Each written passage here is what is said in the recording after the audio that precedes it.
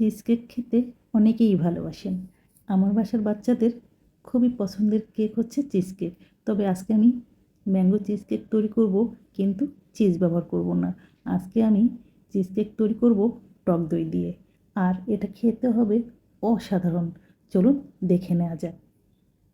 আমি 150 গ্রাম Mary biscuit নিয়ে গুঁড়ো করে নিয়েছি। আপনারা ব্লেন্ডারে অথবা যেভাবেই হোক গুঁড়ো করে নিতে পারেন। এখন গুঁড়াটাকে আমি ঘি দিয়ে মিশিয়ে নিচ্ছি। বাসায় বাটার ছিল না, এই জন্য আমি ঘি দিয়েছি। ঘি দিলে ফ্লেভারটা খুব ভালো আসে, তবে বাটার ব্যবহার করলে স্টিকিনেসটা ভালো হয়।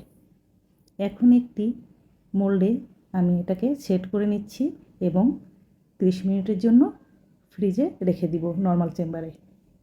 বেশ কিছু আম নিয়ে নিয়েছি, ব্লেন্ড করে নিলাম। চাইলে আপনারা একটু চিনি ব্যবহার করতে পারেন। আর এদিকে একটি পাত্রে নিয়ে নিচ্ছি 3 টেবিল চামচ জেলাটিন। গরম পানি দিয়ে আমি ভিজিয়ে রাখবো। এখন অন্য একটি পাত্রে আমি নিয়ে নিচ্ছি 1 কাপ টক দই। হাফ কেজি টক দইকে আমি পানি ঝরিয়ে নিয়েছি। দিয়ে দিলাম 1 কাপ হুইপড ক্রিম আর হাফ কাপ ব্লেন্ড করা আম। এখন আমি সবগুলো উপাদান বিট করে নিব।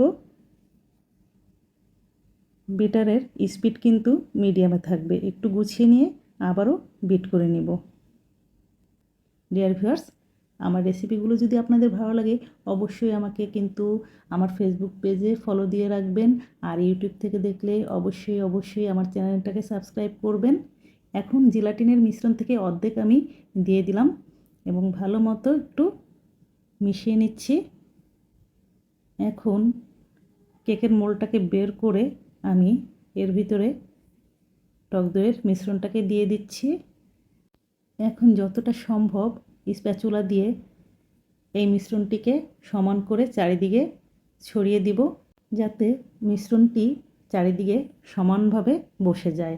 এখন বাকি আমের মিশ্রণে আমি বাকি জেলাটিনের মিশ্রণটি দিয়ে ভালো মতো একটু মিশিয়ে নিয়ে তারপর 10 মিনিট পরে দইয়ের মিশ্রণের উপরে আমের মিশ্রণটি ঢেলে দিচ্ছি।